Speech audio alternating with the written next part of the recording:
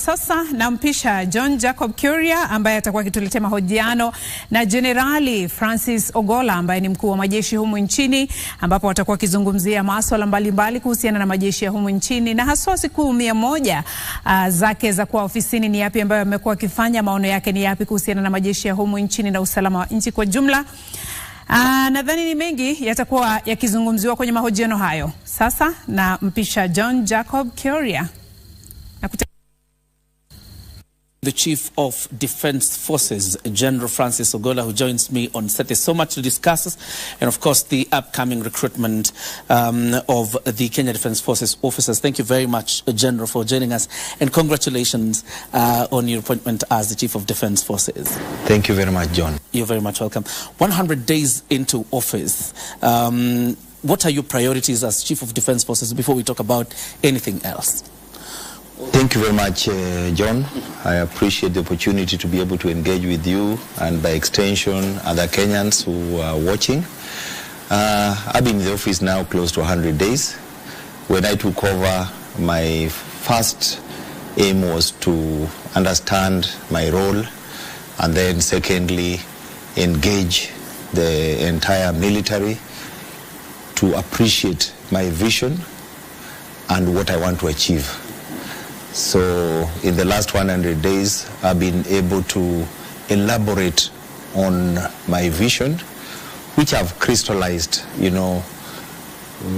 a phrase of one force, one mission. To be able to bring everybody together, to understand what our role is, and focused on the one mission we have of defending the sovereignty of the Republic of Kenya.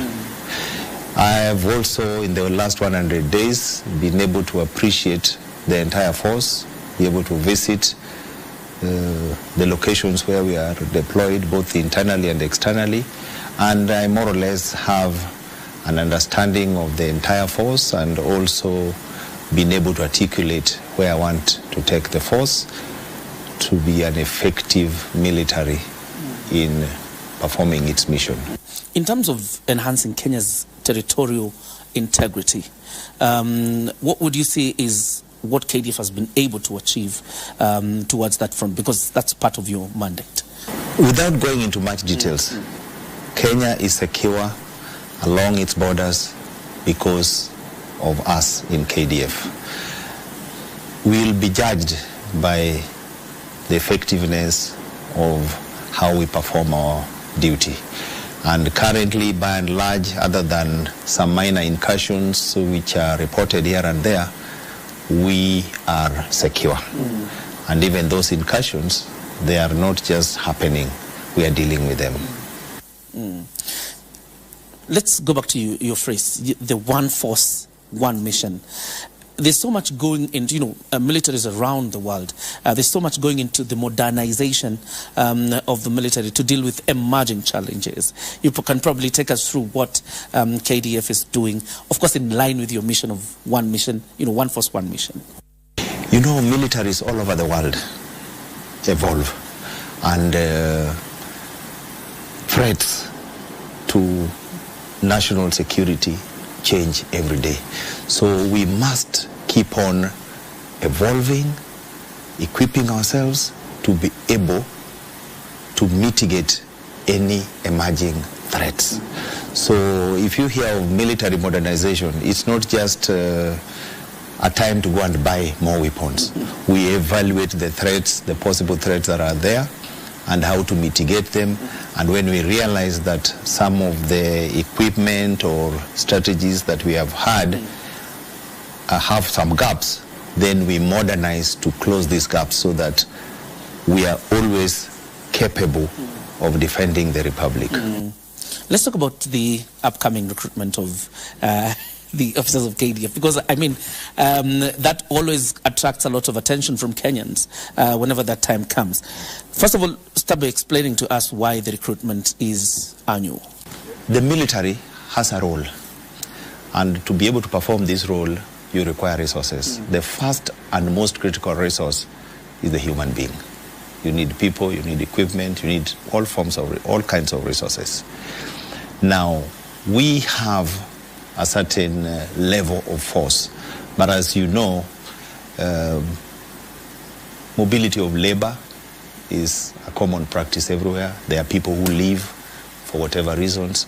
So every year we have to recruit to be able to maintain the level of desired force level we require.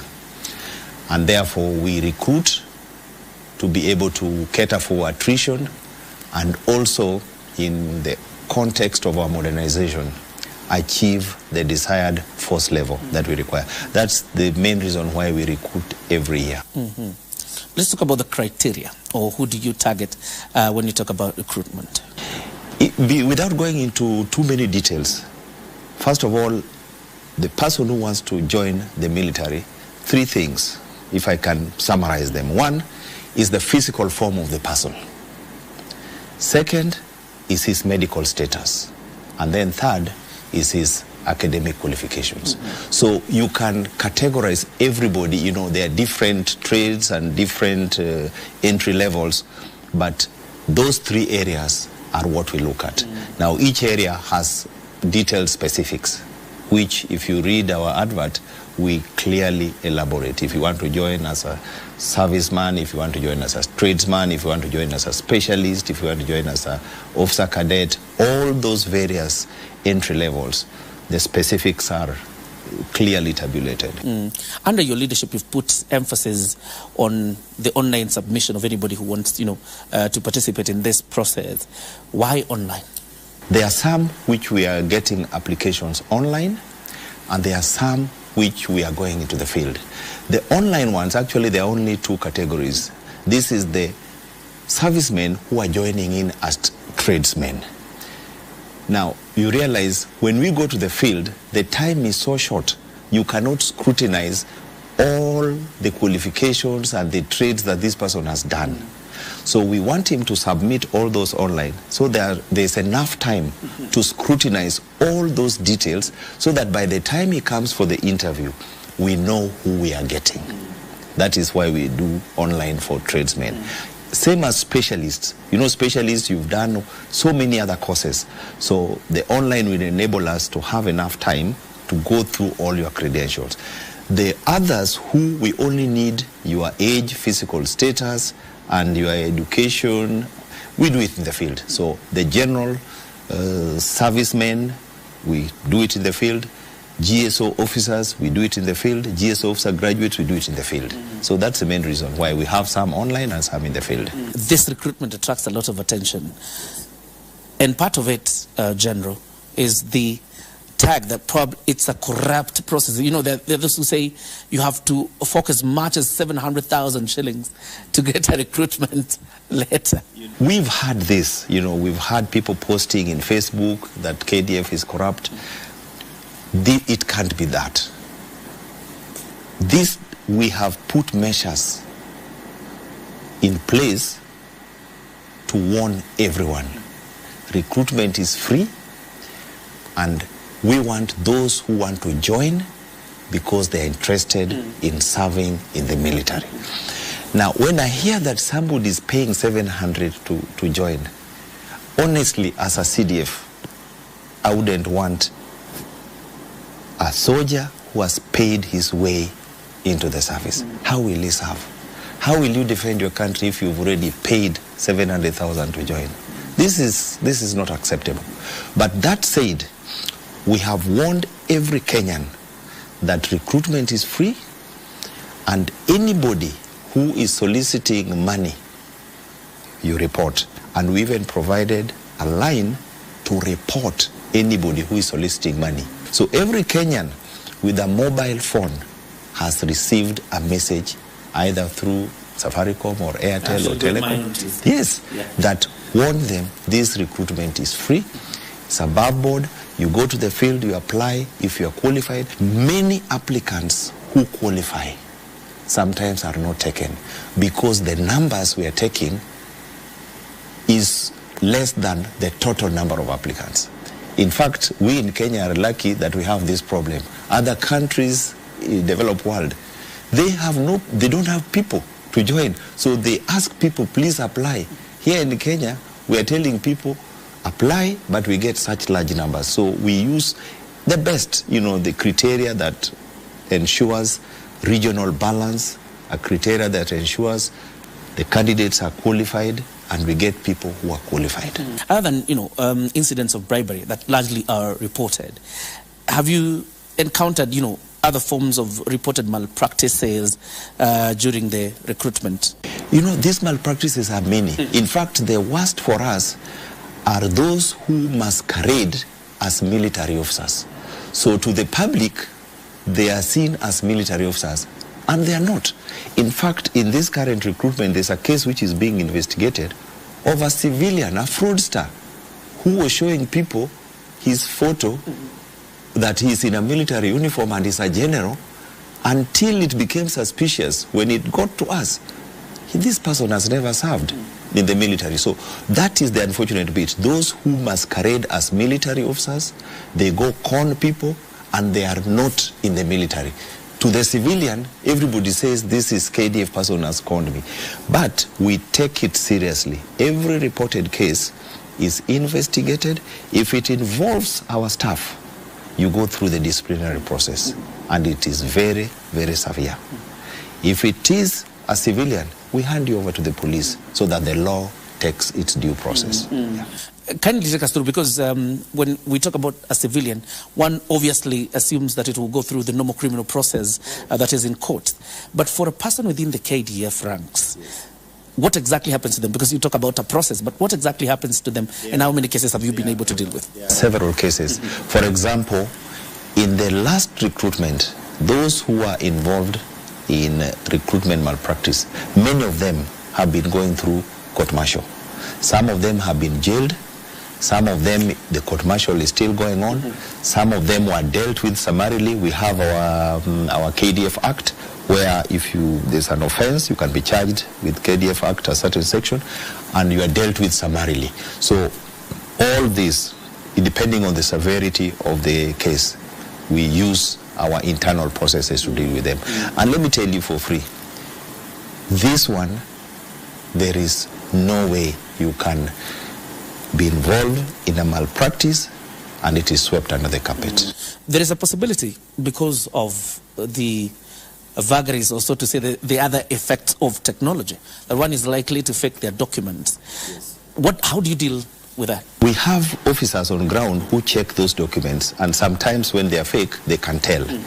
But even if you try to fake it to the extent that it is not detectable in the field, once you join, every document is verified, from ID, from certificate that you've submitted, and however long you'll have served, even if it is 1 year, you will be arrested and you'll be taken through the due process. And this goes on every year.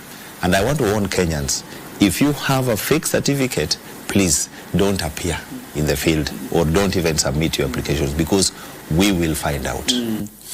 Why probably people go to the extent of faking these documents is because once I have my foot, inside KDF, the rest will sort itself out. Are there instances when, even when you have a calling letter, you're likely to be turned back? Yes, many times. If you have, you see, for example, even if you have a calling letter from the field, and one of the criteria was not met, for whatever reason, a separate group of people you are going to undergo the checks again when you report. If anything is not meeting the required standards, you will still go home, even if you have a genuine letter. So if you have anything faked, for example, something was not seen, maybe by mistake, and you report, we'll still take you through the verification of your documents and medicals, and if any is found to have fallen short, unfortunately, we'll still send you home. For the recruits, before we talk about the ones in active service, there's a perception out there that, KDF is a male-dominated field. So for the female recruits who want to join KDF, what would you tell them? We have a gender policy. In the early 70s or early 80s, you are aware, the women were separated. We had the Women's Service Corps and then the mainstream military. But sometimes in the late 90s, you know, the women got integrated into the service. We have developed a gender policy. We've moved, and currently we are at about 17%. So ladies want to join the military. There are several opportunities for them to join. We want to progressively increase it, but as you are aware, you know, sometimes the demand of military service can be very, very strict. We take them on board. We really can't discriminate that you're a lady if you're qualified. We have several. In fact, ladies in our military, up to higher levels. We have General Ahmed, you're aware, who is in college. Our chief of legal is a lady. Even this communication is headed by a lady, Brigadier Kyoko. So there are opportunities where ladies excel in the military. Those are the opportunities, the ones in active service, as an institution advancing public good and the interest of the Republic of Kenya. How are you faring in terms of advancing the two-thirds gender principle in the military? We are moving towards it. I cannot say we have reached it. We are moving towards it. But we can't force ladies to join, telling them that, you know, you must come so that we meet this requirement. It's a voluntary service. We accommodate those who want to come.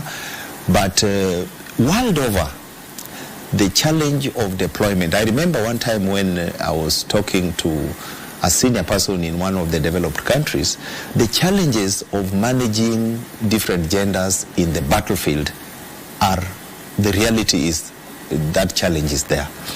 And so we balance and see, you know, the ladies who want to come in, we invite them. But sometimes, you know, I don't want to say restricting, but there are certain times when we can say, you know, we are going to deploy people in this area, but we become sensitive to gender by virtue of the exposure that they are going to be exposed to. What is your message to recruits who are watching you tonight? First of all, I want to appreciate every Kenyan who would like to join the military, because we need them.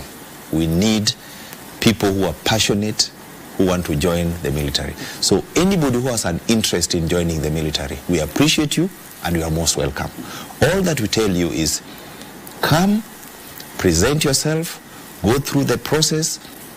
If you qualify and you're taken, come on board. If you don't qualify and you're not taken for one reason or another, if you pass everything, there'll always be another opportunity.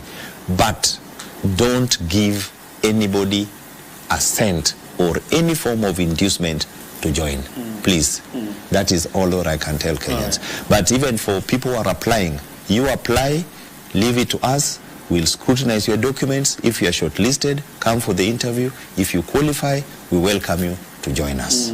If you don't qualify, there are always other opportunities to serve the country. There's something else I want you to emphasize, General. The fairness of, you know, the process, because you've spoken largely to, you know, to it, but there's also the consideration of, you know, region and stuff like that. Yes. How do you assure recruits of total fairness? Military is extremely fair. Not even in joining only. Joining in terms of opportunities for training, in terms of career progression. You know, people have this notion that you have, you know, people, so many people from this place. We have data on the entire population of the Republic. So this data informs the numbers that we are taking from every place. We are required by Constitution that we have the face of Kenya. And by and large, I can tell you, at every recruitment center, we have numbers that when they come, the KDF population, more or less, if you take it through a scientific process, will represent the face of Kenya. As a Chief of Defense Forces, what are you doing to advance the well-being of servicemen and, you know, officers under KDF? When you are in command, and, you know, as I am, one of the key things that will concern you is the welfare of your men. If you don't have an interest in the welfare of your men, it will be shown, it will be seen very, very easily. So the welfare of your men will determine the morale, their ability to embrace the force, and have that fighting spirit. Several things, welfare. First of all, a genuine concern for those under your command. A genuine concern is part of that welfare. Ensuring that you train them to the level that is required for them to perform their mission. Secondly, you ensure that they are well housed, their families are taken care of, the health care is taken care of, their education facilities for the children, so that when he is in the field, he knows that somebody genuinely cares and thinks of me and are here to fight and defend the Republic. I want to tell you, so much has been done, with and without elaborating that, like I have done this, I have done this, I have done this. It preoccupies my mind every single day that welfare of men and women in KDF is taken care of so that they are available, ready to perform that mission. Well, how would you want your legacy to look like after General Francis Ogolla has exited?